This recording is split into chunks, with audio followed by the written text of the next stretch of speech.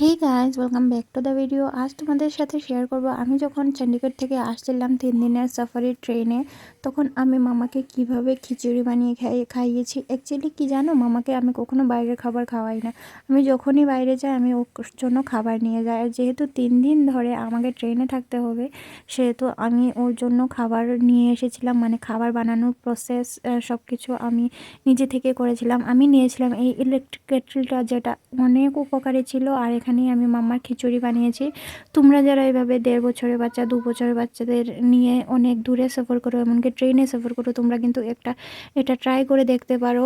Electric কেটলিতে কিন্তু খুব সুন্দর খিচুড়ি হয়ে যায়। তোমরা কিন্তু খিচুড়ি খাইতে পারো। আর মামা ইউজুয়ালি খিচুড়িই খায়, ভাতটা তোকে কিন্তু এখনও খাওয়াইনি, কমই খাইয়েছি। আর এই ইলেকট্রিক কেটলির মাধ্যমে আমি বানিয়ে নিয়েছিলাম আমার মামার জন্য খিচুড়ি।